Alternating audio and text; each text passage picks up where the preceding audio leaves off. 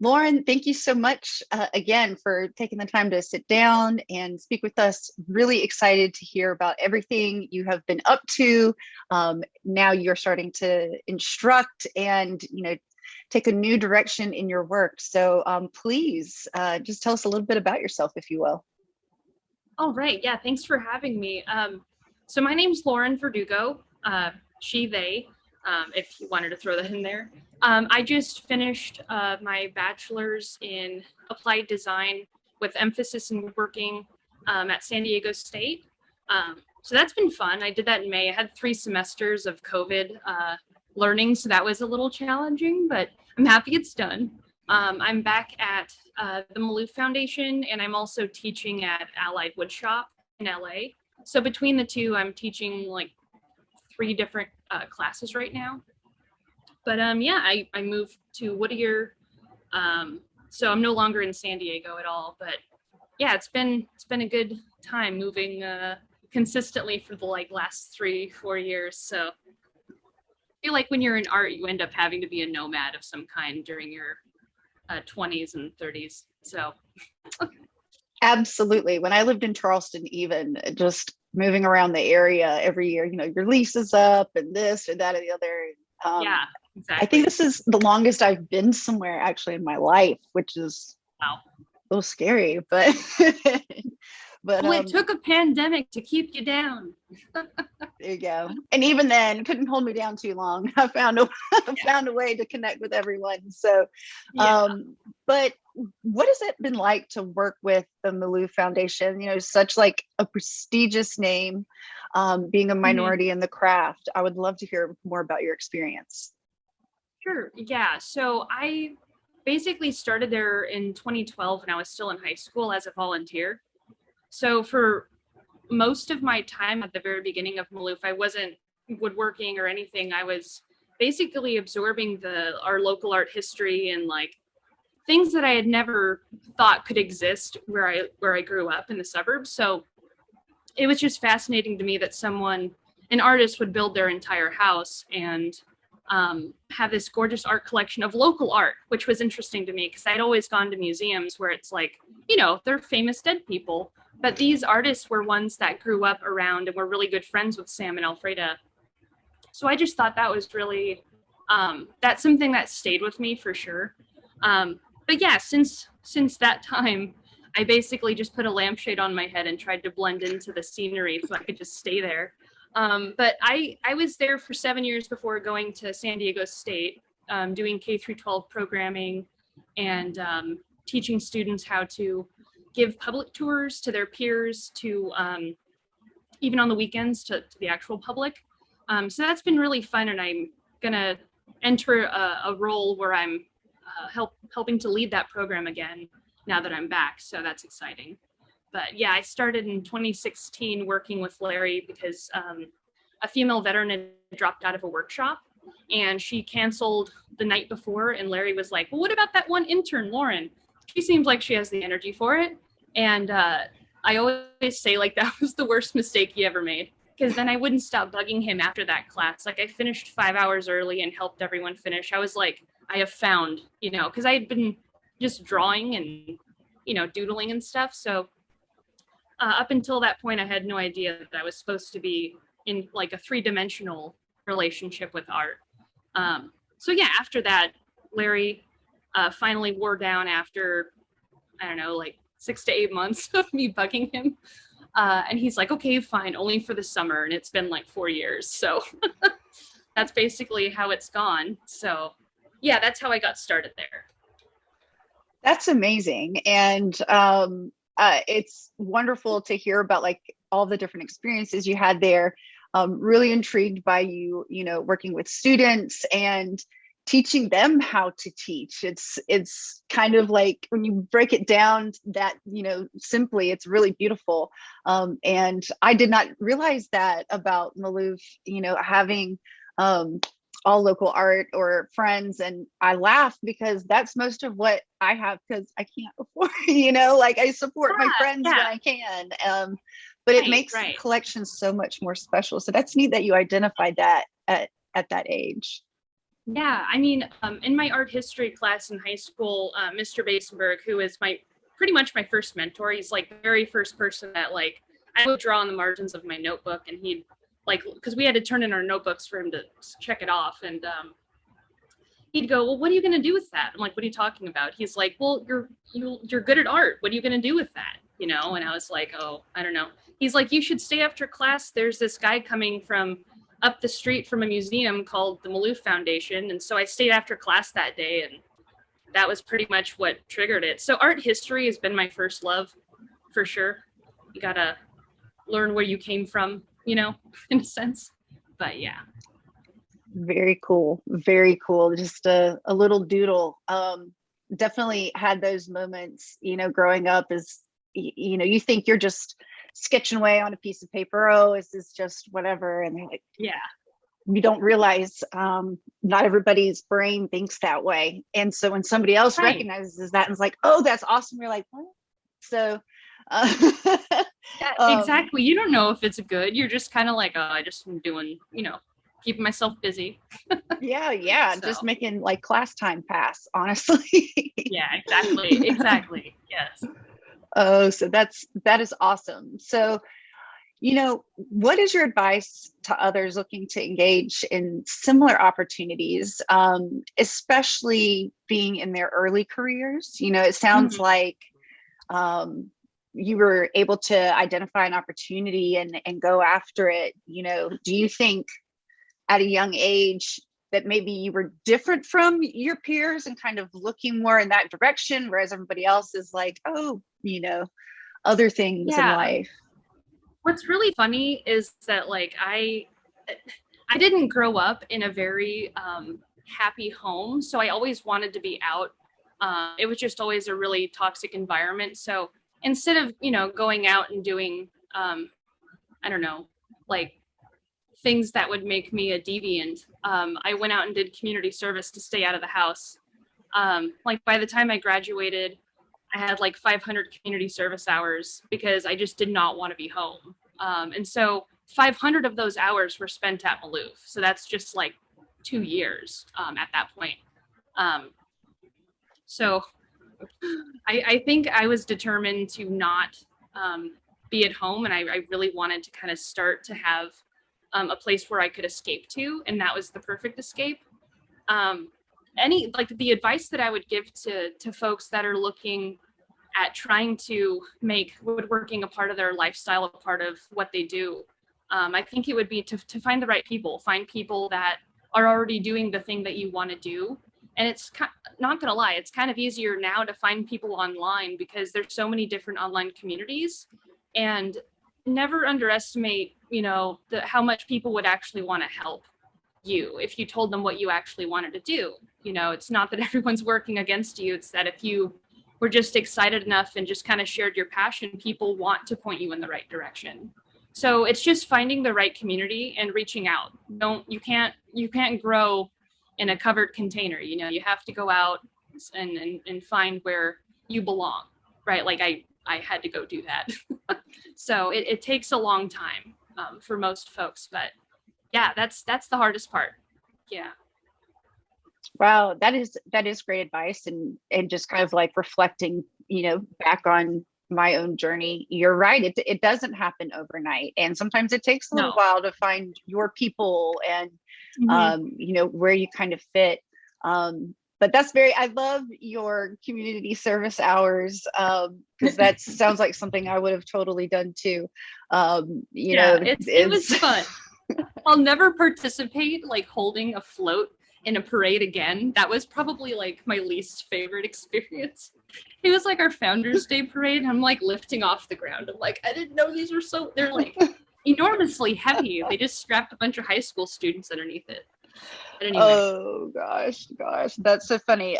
Yeah, so both of my parents work in healthcare, and I was always like roped in to do the like Christmas parade. So Uh-huh. yeah, I have flashbacks of that as well. Yeah. That's so funny. That's awesome. But yeah, I think and also hearing your story, I really resonated with it. I remember being at the College of Charleston, and I was majoring in communications, and my professor was like, 70,000 other people are going to graduate the same year as you with the same degree. You know, Yeah. what's going to set you apart? And Mhm. just really emphasized like getting experience and getting internships. And that was a Mhm. really pivotal point for me because I, Right.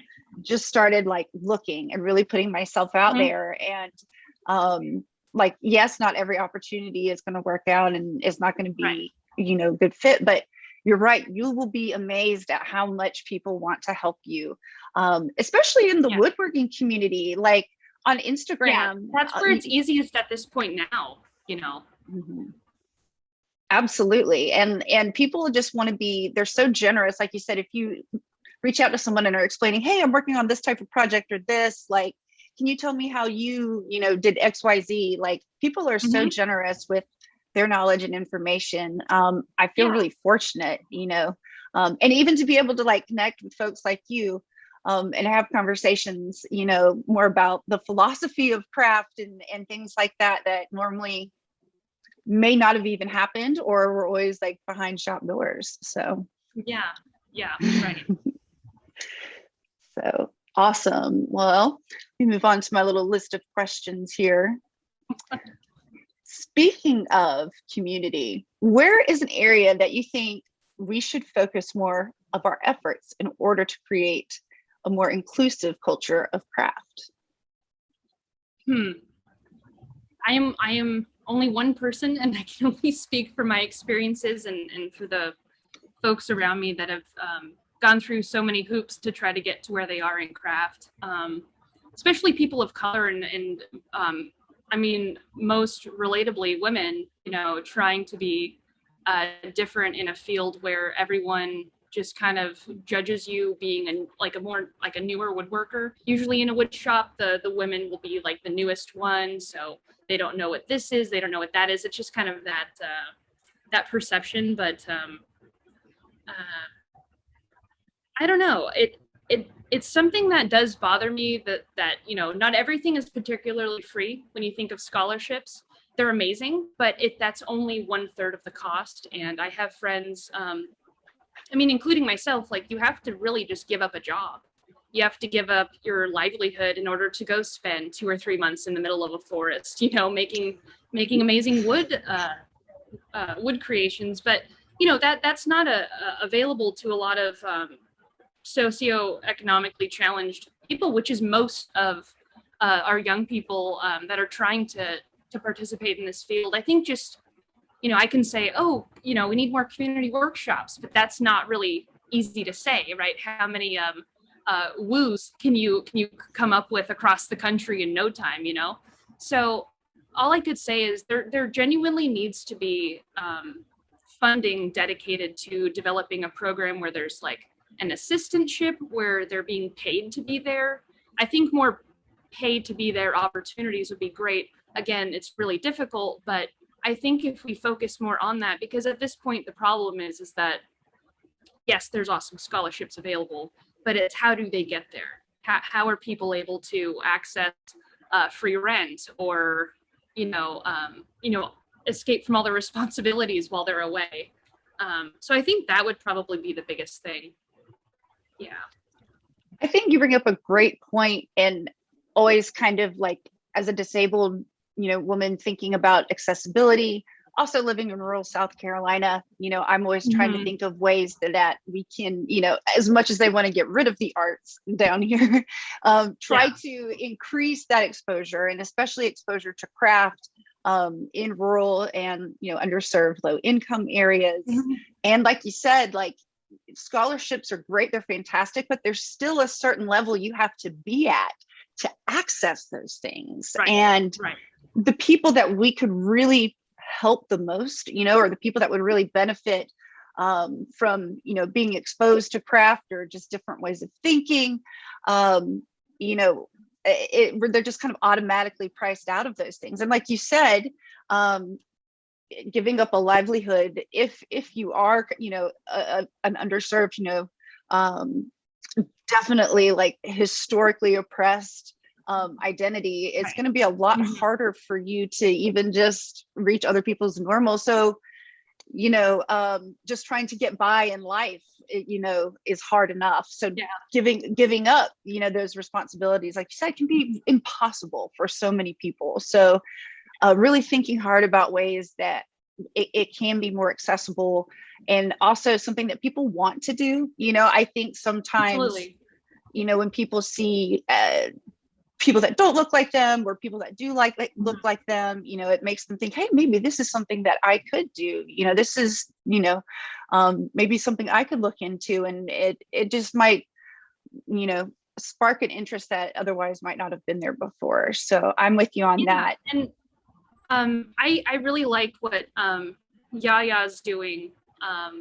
They've got programs that are just art based. They've got art based programming, but for um, students that are in really underserved communities, that they're able to have access to a clay studio and all these really cool things. And even during the pandemic, they were still running that program, so the parents wouldn't have to worry about their kids not having a place to go or be plugged in somewhere. And I think the younger you start, regardless if they want to be an artist or not, it's such an important uh, thing to have kids engage creatively with their hands at early on, because you never know what that'll spark later.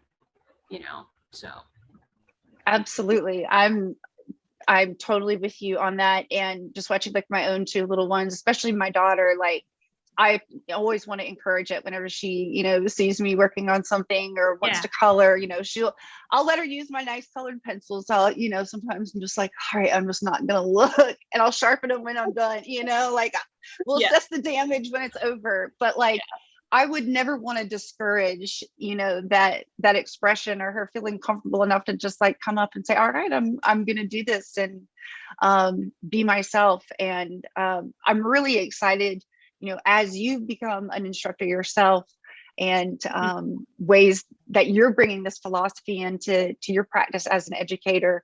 And also, I think this is the direction that kind of the new generation of craft is heading towards. We see the value ultimately is in access to education, and access to mm-hmm. being able to do these sort of things.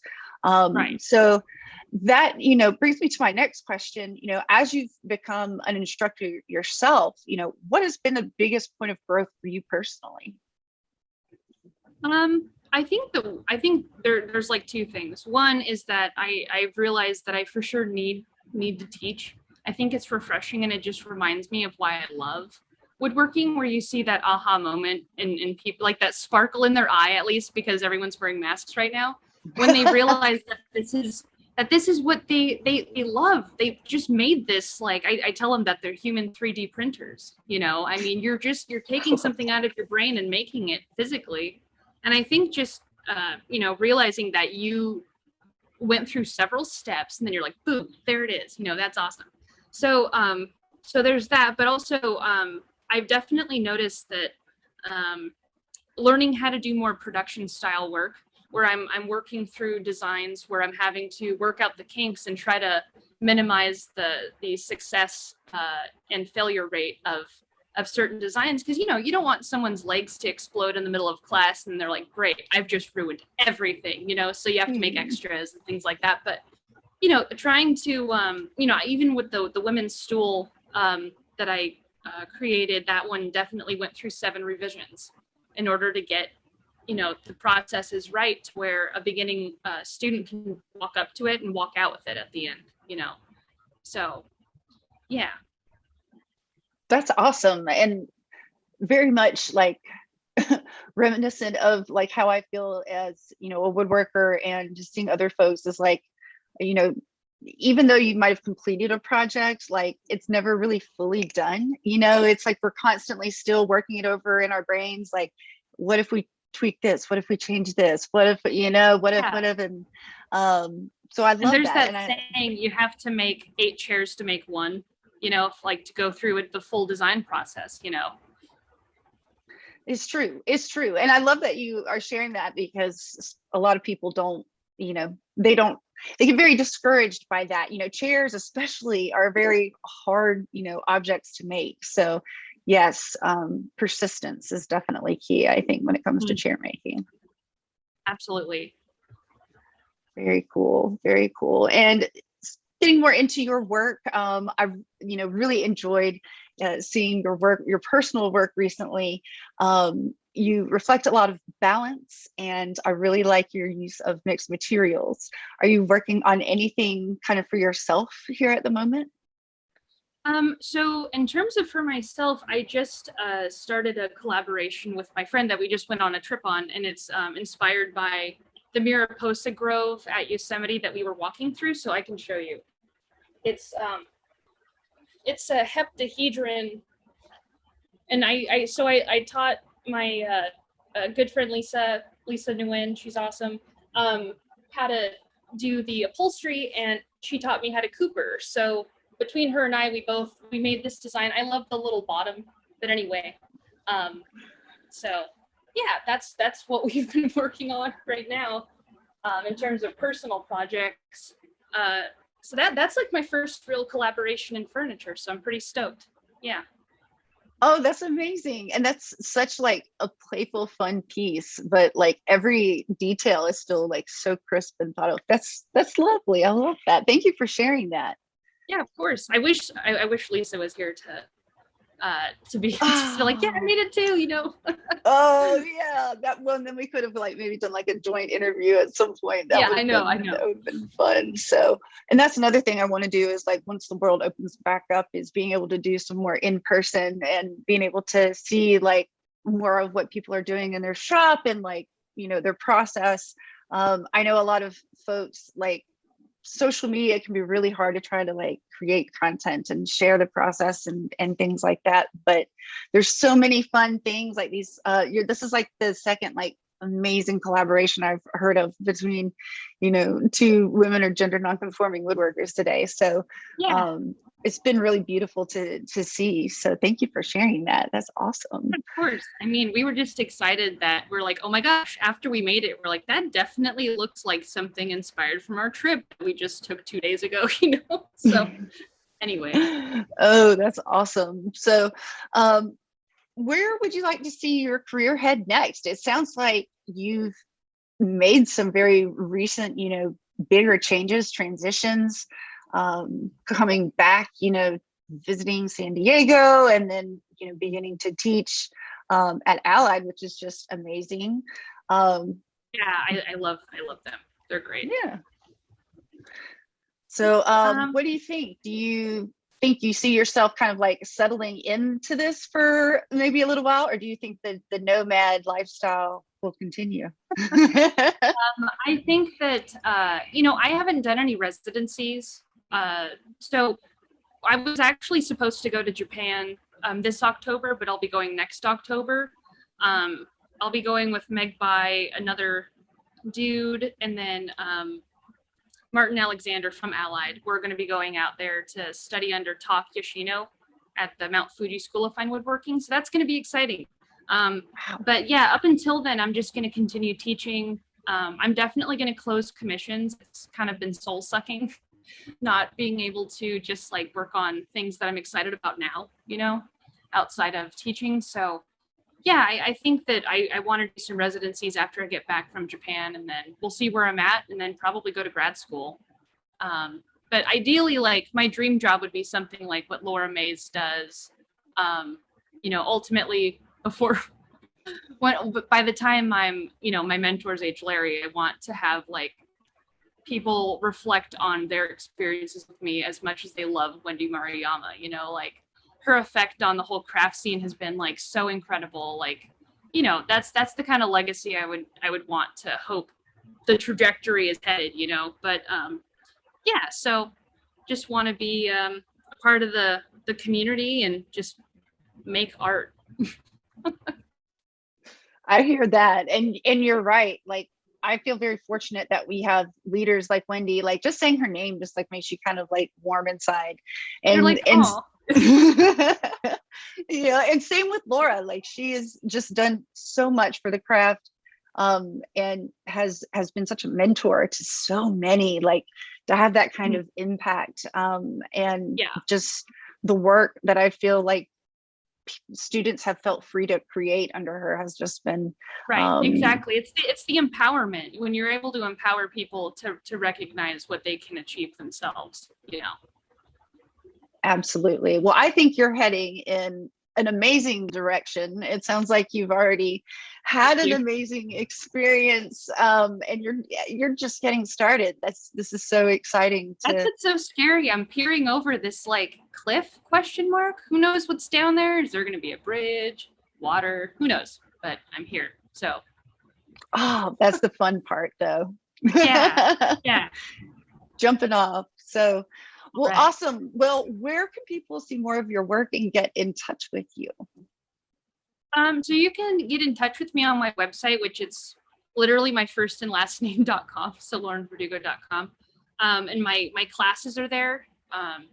So it'll take you to Allied and the Blue Foundation page to sign up for that. And then also my Instagram, Lauren Verdoodles. And then also my friend Lisa, because I mentioned our project. It's Lisa on Instagram. So I can send you those links. But yeah, so that's how you can reach me.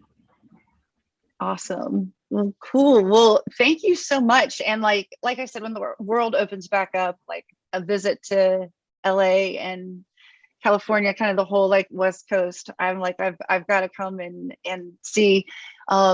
It's just very neat to be like over here on the outside and see Allied and the Krenov School and kind of like everything in between. And just I feel like, we're kind of taking over. It's like a West Coast uprising, and it's just really beautiful to see. And thank you for allowing me to share this like really exciting point in your career, and Thank sharing you. your story with me as well. I really appreciate it. I'm honored to be a part of it. So thank you so much. Yeah. And this is for sure not the last time. I know that. Absolutely, absolutely. Would love to have you on anytime. That'd be great.